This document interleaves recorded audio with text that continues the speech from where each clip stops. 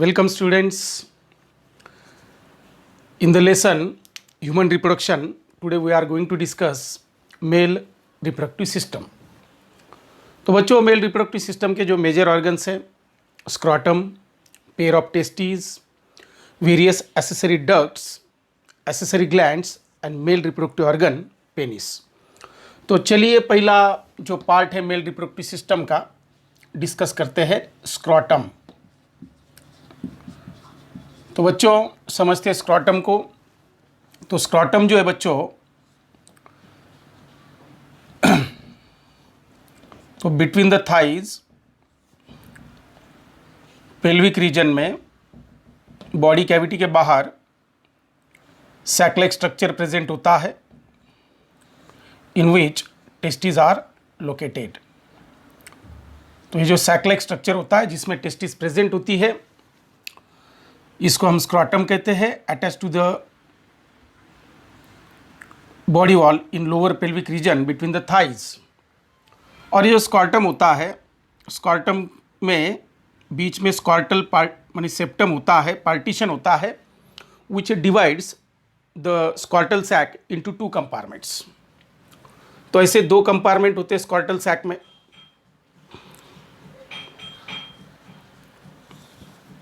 attached to the body wall, and each compartment consists of male primary sex organ, male gonad, testes. तो जो scrotum है बच्चों तो scrotum का जो स्किन होता है तो skin of scrotum is darkly pigmented and it also has some sparse hairs. And जो स्क्रॉटम होता है तो स्क्रॉटम के अंदर जो स्पेस होता है बच्चों the space inside the scrotal sac is called as vaginal coelom.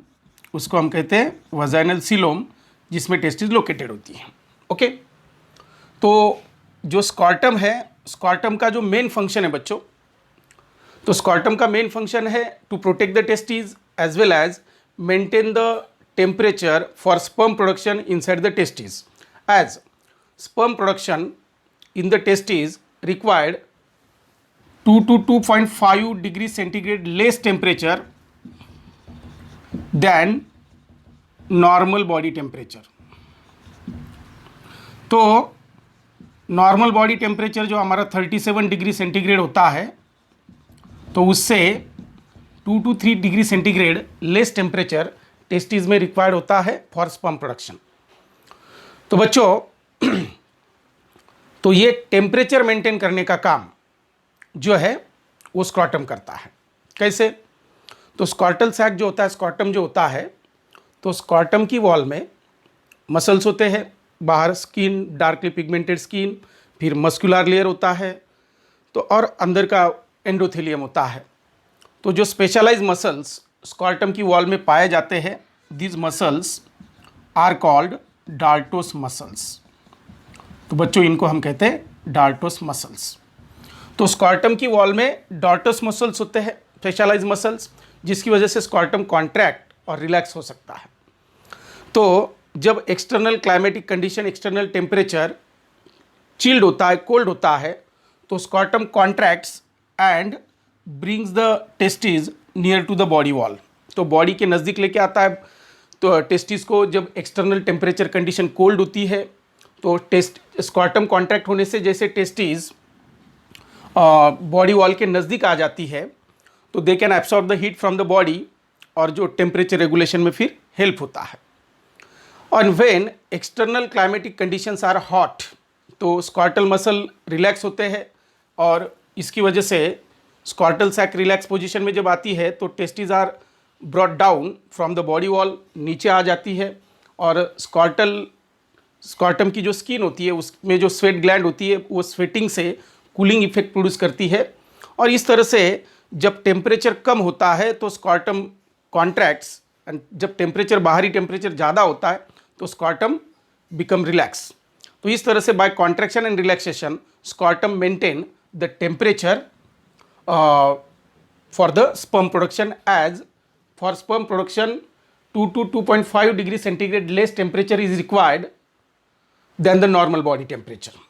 तो बच्चों ये जो स्कॉर्टल सैक होता है उसमें जो कैविटी है दैट इज़ वजाइनल सीलोम, और ये जो कैविटी है तो it is connected to the abdominal cavity. तो एब्डोमिनल कैविटी के साथ ये कैविटी कनेक्टेड होती है। तो नैरो कैनल्स, जो दो स्कॉर्टल कंपार्टमेंट है, स्कॉर्टल सैक्स है, उनमें से नैरो कैनल्स एब्डोमिनल कैविटी में जाते हैं और इन कैनल्स को हम कहते हैं inguinal canals. This canals are called inguinal canals. Okay, तो क्या काम करते हैं, क्यों होते हैं इंग्यूनल कैनल, समझते हैं। तो बच्चों human testis are extra abdominal, मानी कि एब्डोमेन के बाहर है, स्कॉर्टल सैक में है। पर जब टेस्टिस डेवलप होती है, जब मेल बेबी का डेवलपमेंट चल रहा होता है, तो male fetus during its early period of development testis जो है these are formed inside the abdomen. तो टेस्टिस का फॉर्मेशन एब्डोमेन में होता है। तो during the 7th month of fetal development testis descend down from abdomen to scrotal sac. तो abdomen से टेस्टिस डिसेंड डाउन होके कहाँ पे आती है, स्कॉर्टल सैक में आती है। तो क्यों आती है, जैसे कि टेस्टिस यदि एब्डोमेन में रह जाए तो क्या प्रॉब्लम होगा कि बॉडी में नॉर्मल बॉडी टेम्परेचर जो होता है, इंटरनल टेम्परेचर बॉडी का, वो होता है 37 डिग्री सेंटीग्रेड, और स्पर्म प्रोडक्शन के लिए जो नॉर्मल टेम्परेचर रिक्वायर्ड होता है वो 2 to 2.5 degree centigrade less temperature required होता है। तो ऐसी कंडीशन में यदि टेस्टिस एब्डोमेन में ही रह जाए तो नॉर्मल टेम्परेचर जो स्पर्म प्रोडक्शन के लिए रिक्वायर्ड वो मेंटेन नहीं हो पाएगा, इसलिए टेस्टिस डिसेंड डाउन होकर कहाँ पे आती है, स्कॉर्टम में। तो ये टेस्टिस डिसेंड डाउन होती है इंग्यूनल कैनल से। ओके, तो इंग्यूनल कैनल से टेस्टिस डिसेंड डाउन होके स्कॉर्टल सैक में आती है। तो और ये स्कॉर्टल सैक टेस्टिस के लिए जब after puberty age when spermatogenesis formation of sperm start then scrotum regulate the temperature. तो इन सम पर्सन्स टेस्टिस जैसे कि फिटल डेवलपमेंट के 7th month में डिसेंड डाउन होती है। इन सम पर्सन्स टेस्टिस डिसेंड डाउन नहीं होती, एब्डोमेन में ही रह जाती है। तो उस केस में ऐसे पर्सन्स में आफ्टर प्यूबर्टी एज स्पर्मेटोजेनेसिस नहीं हो पाता। Such male can not reproduce, such male are sterile. तो ये जो प्रॉब्लम होता है बच्चों, जिसमें एब्डोमेन से टेस्टिस डिसेंड डाउन होकर स्कॉर्टल सैक में नहीं आ पाती and such male are sterile males, तो this problem, this disorder is called as the cryptorchidism. तो क्रिप्टोकाइडिज्म इसको कहा जाता है। तो यदि टेस्टिस डिसेंड डाउन नहीं हुई तो स्पर्मेटोजेनेसिस नहीं होगा and this problem is known as the cryptorchidism. तो टेस्टिस डिसेंड डाउन होती है इंग्यूनल कैनल से, उसके बाद इंग्यूनल कैनल से एब्डोमिनल एरिया से कॉर्ड लाइक स्ट्रक्चर आता है जो टेस्टिस को कनेक्टेड होता है। तो बच्चों टेस्टिस को कनेक्टेड होता है कॉर्ड लाइक स्ट्रक्चर। तो इस कॉर्ड लाइक स्ट्रक्चर को हम कहते हैं स्पर्मेटिक कॉर्ड। ये जो कॉर्ड लाइक स्ट्रक्चर होता है उसको हम क्या कहते हैं, स्पर्मेटिक कॉर्ड। तो क्या होता है स्पर्मेटिक कॉर्ड? तो बच्चों स्पर्मेटिक कॉर्ड में होती है आर्टरी जो टेस्टिस में ब्लड सप्लाई करती है, वेन जो टेस्टिस से रिटर्निंग ब्लड लेके जाती है, और नर्व्स जो टेस्टिस में सप्लाई होती है। तो टेस्टिस को सप्लाई होने वाली artery, vein and nerves spermatic cord में होती है and this all structure are surrounded by the connective tissue. तो ये स्पर्मेटिक कॉर्ड एब्डोमिनल रीजन से इंग्यूनल कैनल से टेस्टिस में आते हैं। और इसके अलावा जो स्पर्म कैरिंग डक्ट होती है जिनको हम वेसा डिफरेंसिया कहते हैं, तो ये स्पर्म कैरिंग डक्ट इंग्यूनल कैनल से ऊपर जाके यूरेथ्रा को जॉइंट होती है। तो इंग्यूनल कैनल से ऊपर एब्डोमिनल कैविटी में स्पर्म कैरिंग डक्ट एंटर करती है। तो इस तरह से through the inguinal canal testis descend down during the 7th month of the fetal development of male baby. Inguinal canal से स्पर्मेटिक कॉर्ड पास होती है which are attach to the testis. Spermatic cord में होते ही है testis के artery, vein and nerves, and also sperm carrying duct passes through the inguinal canal. Okay, then बच्चों अब जो टेस्टिस होती है तो टेस्टिस और जो स्क्रॉटल सैक होता है, स्क्रॉटम सैक का जो वॉल होता है उसके बीच में फाइब्रस कनेक्टिव टिश्यू के बैंड्स होते हैं। तो ये जो fibrous connective tissue band present होता है between the wall of scrotum and testis, इसको कहा जाता है gubernaculum. This is called as the gubernaculum which maintain the testis in proper position. तो इस तरह से बच्चों ये स्क्रॉटम है. पहला ऑर्गन जो हमने स्टडी किया मेल रिप्रोडक्टिव सिस्टम का, तो scrotum is the pouch of skin attach to the lower pelvic region between the thighs in which testis are located.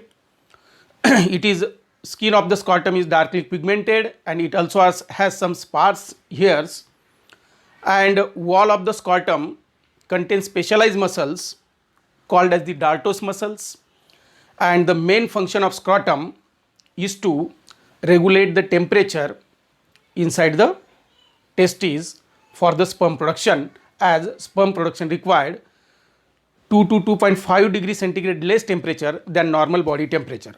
Then how it play role in the regulation of temperature? When external climatic conditions are cold, then scrotal sac contracts and bring the testis near to the body surface. By that, testis can absorb the heat and can regulate the temperature. When external climatic conditions are hot, external temperature is more, scrotal sac relaxes and bring the testis downwards, and by the sweating effect, scrotal skin give the cooling effect. The space inside the scrotal sac is called as the vaginal coelom, which is filled with the fluid, and in this fluid testes are located. Okay, so testes are the primary sex organ, male gonads in which sperms are produced, male sex hormones are produced. The vaginal coelom is connected to the abdominal body cavity. Abdominal body cavity जो होती है उसके साथ vaginal coelom का connection होता है, and this connection is called as inguinal canal. ये narrow canal ऊपर जाता है, this is called as the inguinal canal.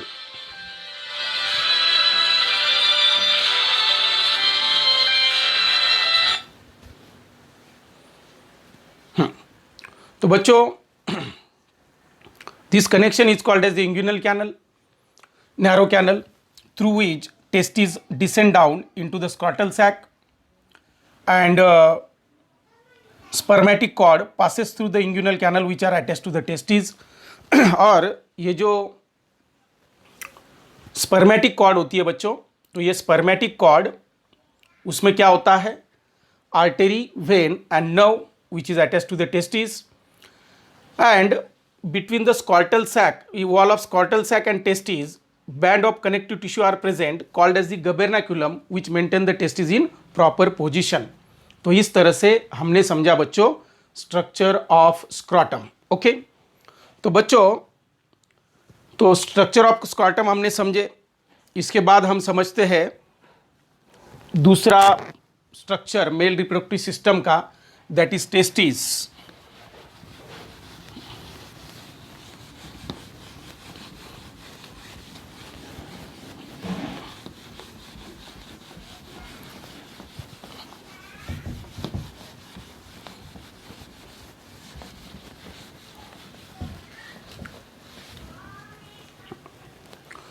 तो बच्चों मेल रिप्रोडक्टिव सिस्टम का दूसरा structure that is the testis. तो plural form is the testis, singular form is TES testis. Okay, तो जैसे कि हमने अभी समझा कि testis are located in the scrotal sac. तो ईच टेस्टिस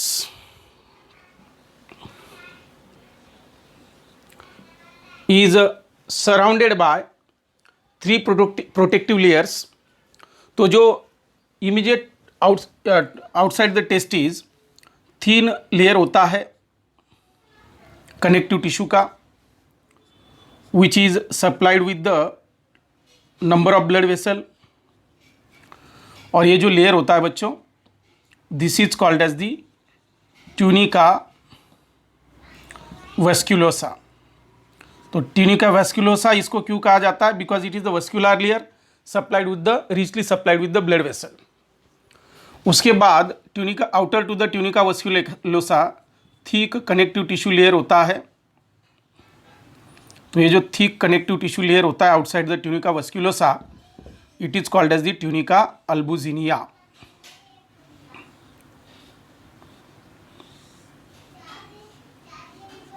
तो उसको कहा जाता है बच्चों ट्यूनिका अल्बुजिनिया। तो thick connective tissue layer present outside the tunica vasculosa is called as the tunica albuginea.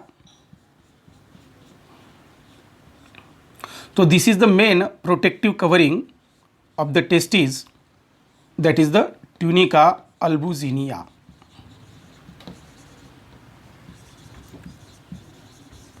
तो ये ट्यूनिका अल्बुजिनिया है। Outside the tunica albuginea again there is a thin connective tissue covering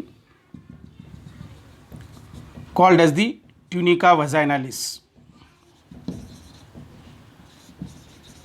तो उसको कहा जाता है tunica वेजाइनालिस। तो बच्चों इस तरह से टेस्टिस के ऊपर जो 3 प्रोटेक्टिव कवरिंग होती है, आउटर ट्यूनिका वेजाइनालिस, फिर थिक कनेक्टिव टिश्यू कवरिंग होता है tunica albuginea, and then inner most layer surrounding the testis is called as the tunica vasculosa. तो these are the 3 protective covering present on the testis। तो बच्चों testis Oval shaped pinkish organ होते हैं, measured about Oval shaped होते हैं, थोड़े elongate होते हैं, measured about 4 to 5 centimetre in length and 2 to 3 centimetre in width. अब डिस्कस करते हैं बच्चों टेस्टिस का हिस्टोलॉजी। हिस्टोलॉजिकली टेस्टिस कैसे होती है समझते हैं। तो बच्चों जैसे कि हमने देखा कि each testis is surrounded by the thick connective tissue covering tunica albuginea. तो tunica albuginea sends the number of partitions septa inside the testis to divide the testis into many compartments. तो internally testis is divided into the many compartments and these compartments are called as the testicular lobules। These compartments are called testicular lobules। तो internally testis is divided into the many compartments and these compartments are known as testicular lobules। और ये compartment कैसे तैयार हुए? जो tunica अल्बुजिनिया होता है connective tissue covering on the testis, it sends the number of partition, number of septa inside the testis to divide the testis into the many compartments and these compartments are called testicular lobules। okay, तो about 200 to 300 testicular lobules are present in each testis and each testicular lobule consists of 1 to 3 highly coiled tubular structure। अब section में वो हमें Oval cut दिखेंगे। तो 1 to 3 highly coiled tubular structure हर testicular lobule में होते हैं and these highly coiled tubular structures are called seminiferous tubules. तो उनको कहा जाता है सेमिनिफेरस ट्यूब्यूल्स।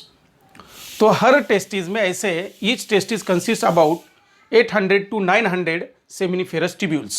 okay, तो these seminiferous tubules are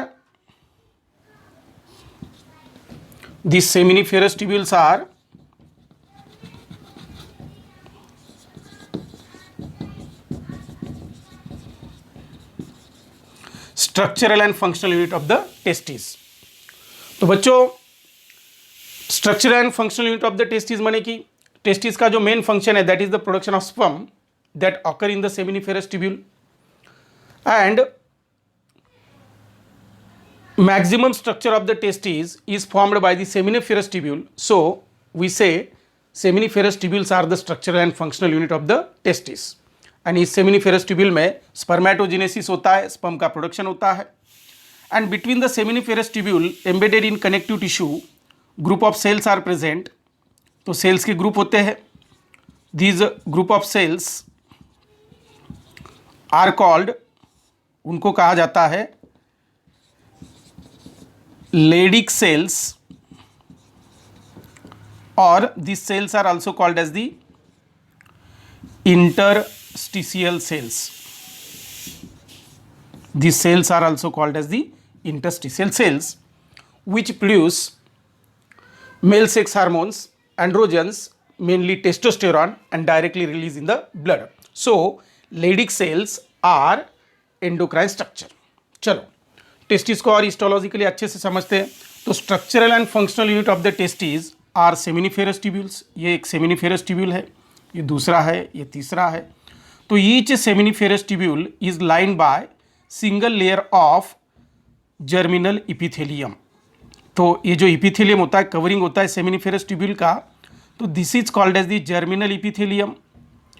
and ये जो जर्मिनल इपिथेलियम होता है, अब किसी इपिथेलियम को जर्मिनल इपिथेलियम हम कब कहते हैं? जब किसी इपिथेलियम की सेल डिवाइड और रीडिवाइड होके नई सेल ऐड करती है, तो ऐसे इपिथेलियम को हम क्या कहते हैं? Germinal epithelium.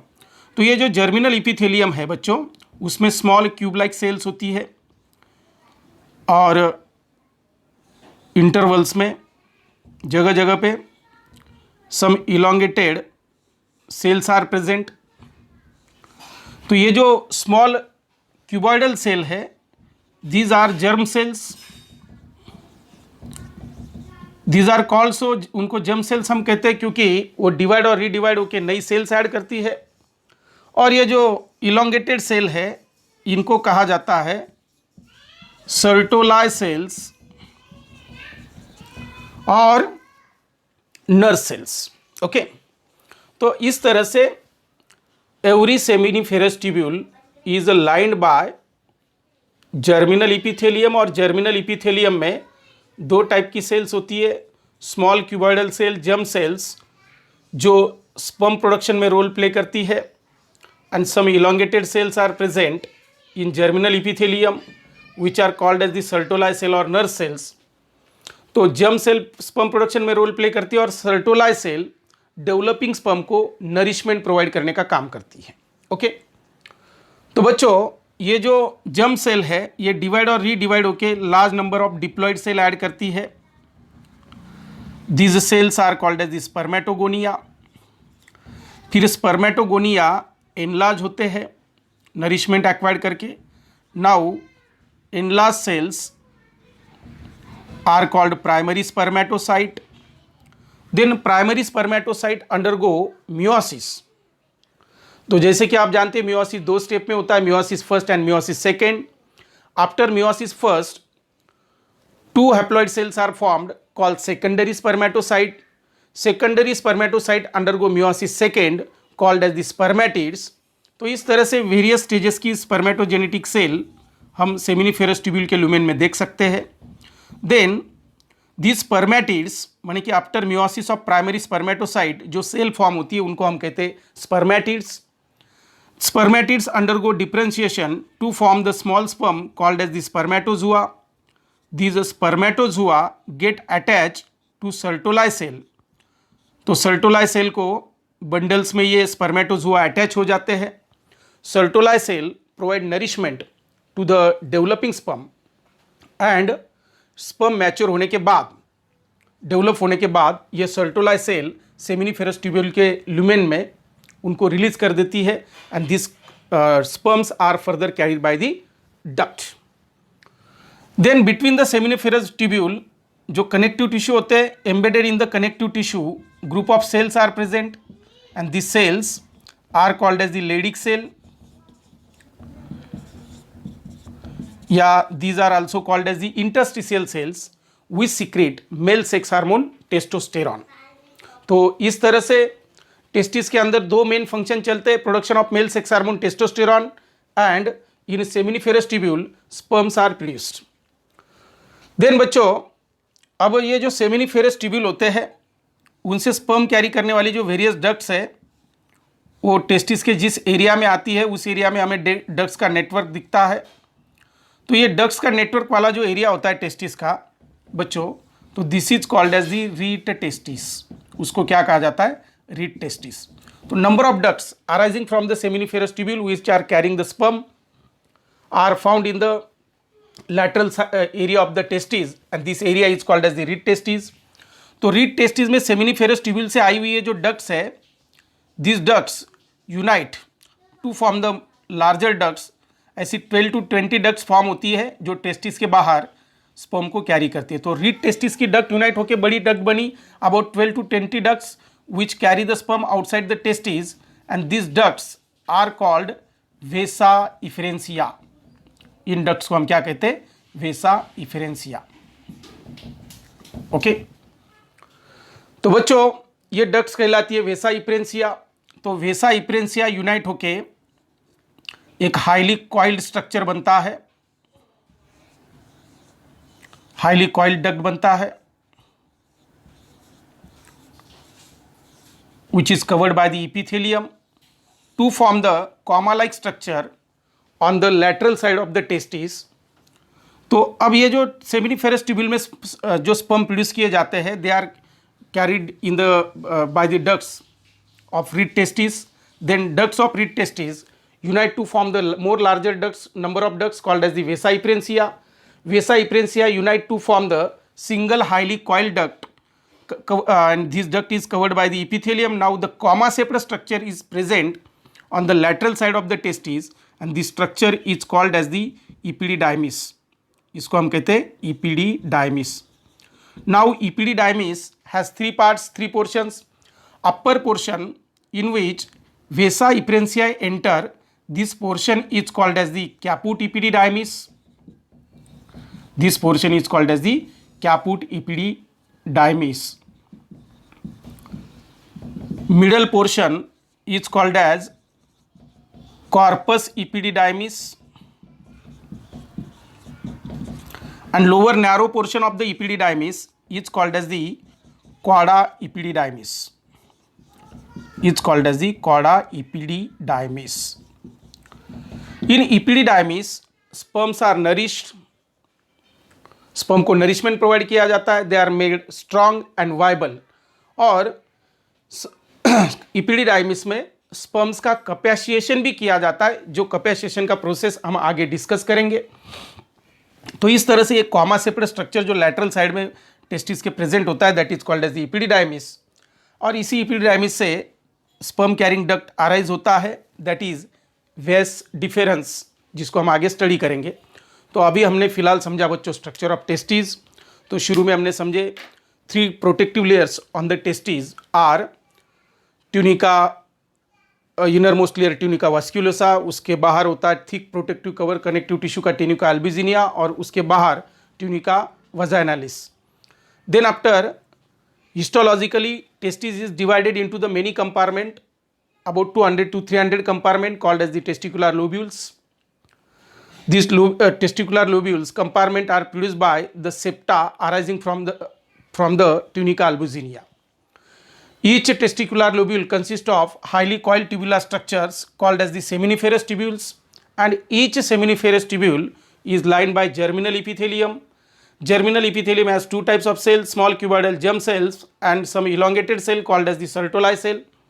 Germ cell play a role in the production of sperm, and Sertoli cell provide nourishment to the developing sperm. It also secrete some hormones like the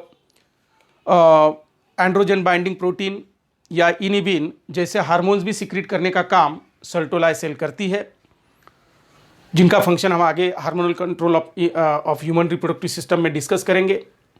तो सर्टोलाई सेल का काम sperm को nourish करना है. Between the seminiferous tubule the endocrine group of endocrine cell is present. This cells are called as the Leydig cell और interstitial cell which produce male sex hormone testosterone.